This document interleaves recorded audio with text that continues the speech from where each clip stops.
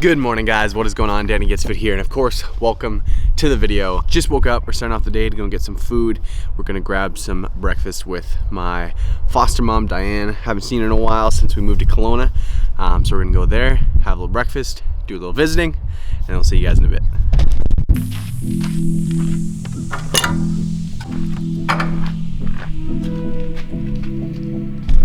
Come on. Go. Hurry up! Ow! Fuck! What did you do? Spilt the tea on me. I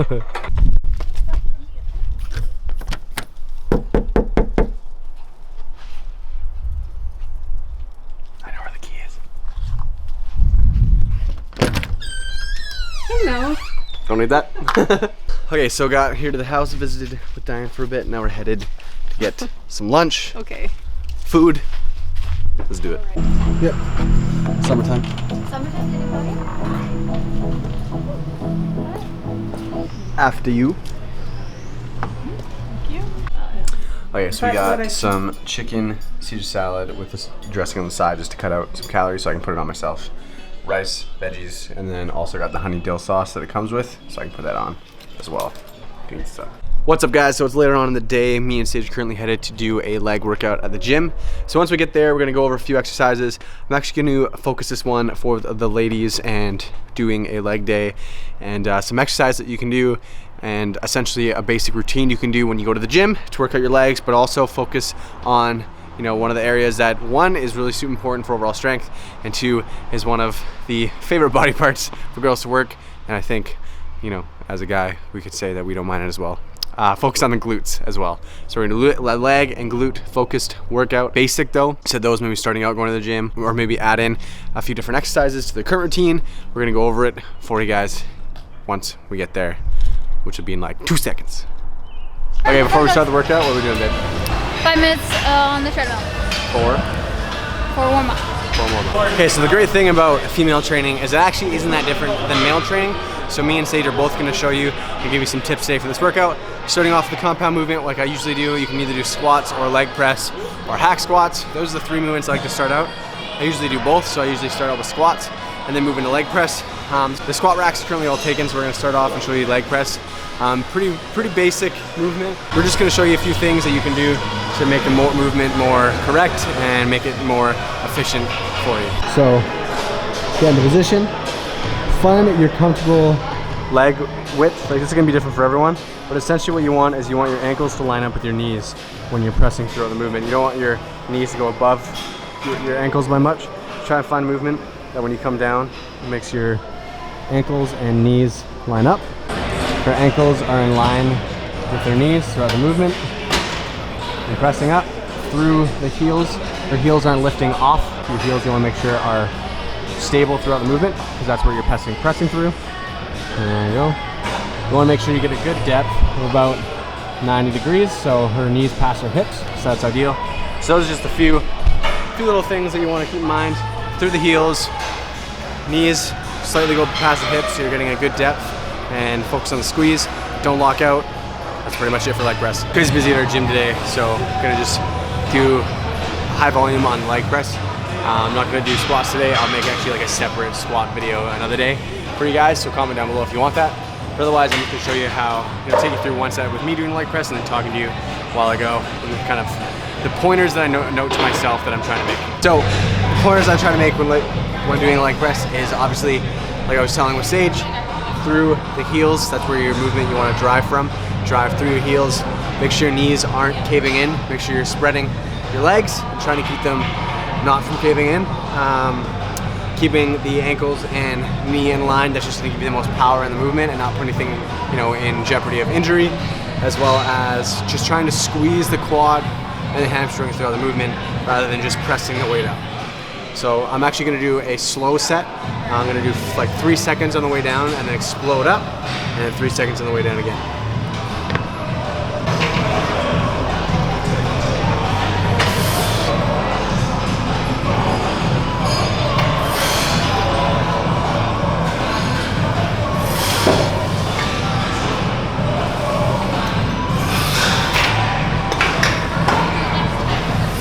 So doing slow reps like that Just helps you really focus on actually like squeezing and using the muscle, forcing blood in, creates a good pump, and then breaking down the muscle. Both create hypertrophy, and hypertrophy creates gains.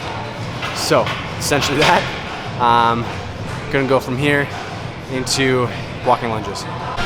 Okay, so usually I'll do weighted, and usually I'll like walk in a straight line for a while to do lunges. I'm just gonna show you here with no weight, just to focus on the form. So essentially the most common thing I see, once again, with lunges, similar to leg press, is people don't push through their heel. So when you see their foot's wobbling, or they're putting a lot of effort in their toes, their heel's coming off the ground, stuff like that's really important, as well as making sure your front leg is out enough to create a 90-degree angle with your leg. And so essentially, so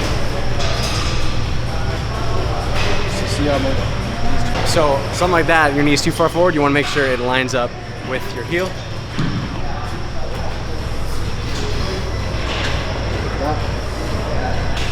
So keeping your leg in a 90-degree angle, and it's not just pushing through your heel, but it's also, you know, your back leg should be on the toes, and you should be driving that leg up to really focus on squeezing your glute and hamstring, because this is, like, once again, sort of like a compound movement.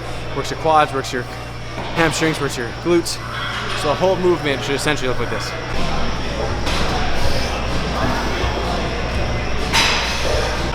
So take that, apply walking, or you can do it stationary with a little bit of added weight to add some resistance onto the muscle, create progressive overload, creates gains. The next movement we're gonna move into is the glute pull through. This is one that not a lot of guys do, but it's a workout I picked up from some of the bikini girls I follow on Instagram, but honestly really works your glutes, helps you with hip drive. So we're gonna move into that. Glute pull through, cable machine, low, like this. You wanna grab both ends between your legs. May look a little bit weird, but just ignore everyone else in the gym while doing this movement. So you wanna take a few steps out from the machine, grab, hips back, squeeze glutes, and drive the hips forward to bring it forward.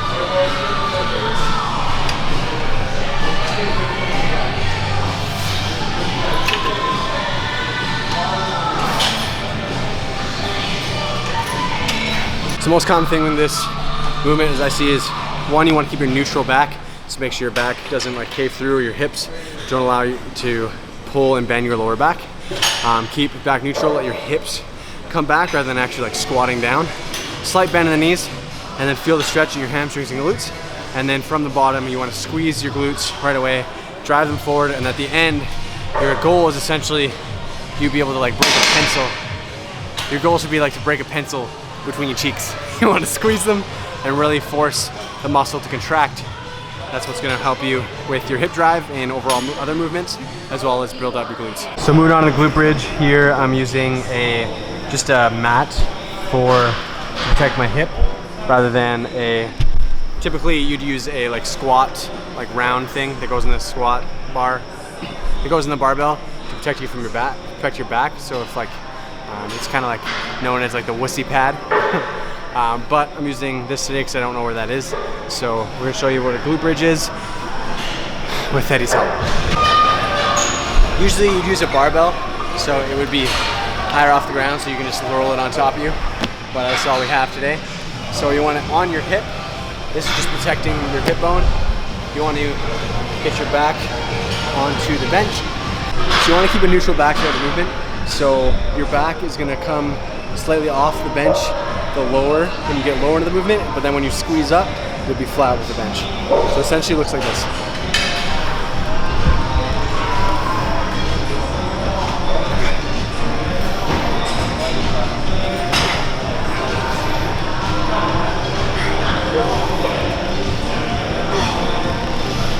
So your focus, you want to slight bend in your hips as the weight comes down, stretch at the glutes and hamstrings, and then squeeze your butt up to create that bridge at the top by driving your hips forward.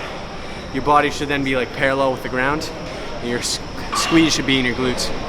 Do those, I like to do them high rep, just to reduce the strain on like your lower back or anything. Especially if you're starting new with this movement, just start with a low weight. Focus on the squeeze of your glutes, and you'll get a lot of benefits out of this movement. So that's pretty much leg day today. I would have liked to do more, but Jim's busy, and Eduardo here took the time to go out of his workout to help me out today. So be sure to check out his channel below. He's a couple weeks out from his competition, and he could use all you guys' awesome support like he gave me. So be sure to go check out his channel. He's putting out some good content lately and informative stuff. So go check that out. Thanks for watching this part of the video. Next, we're gonna go home, eat some chicken, and then end off this day.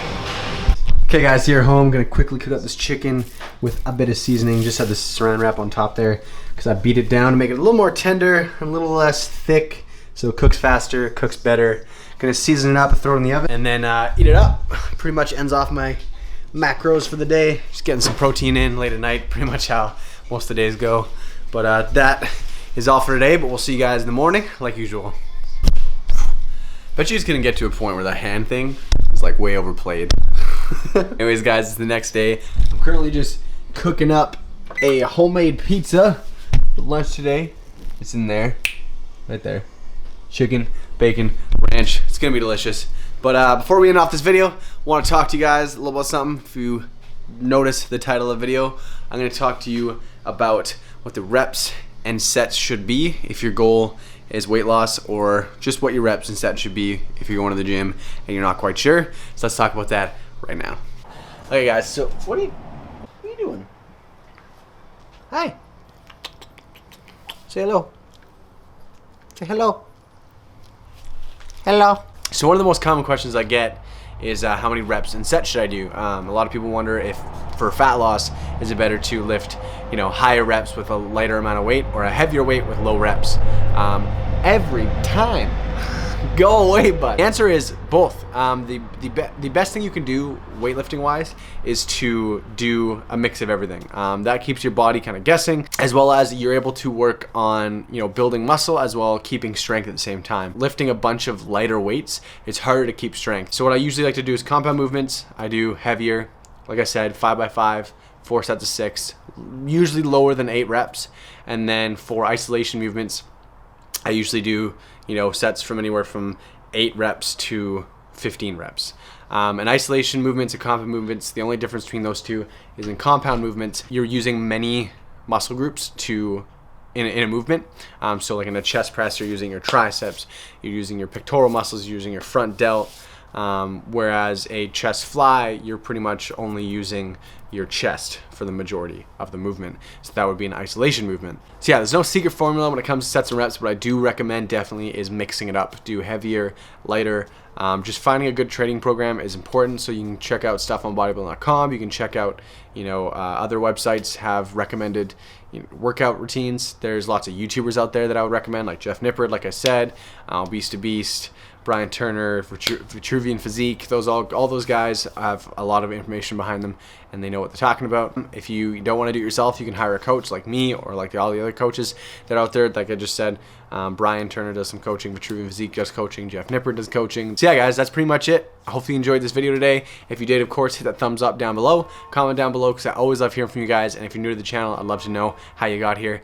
Subscribe if you are new to the channel. You know, if you just found this video randomly, I appreciate your subscription. Anyways, guys, thanks for tuning in. Until next time, stay swole, my friends. Stay swole. Woo!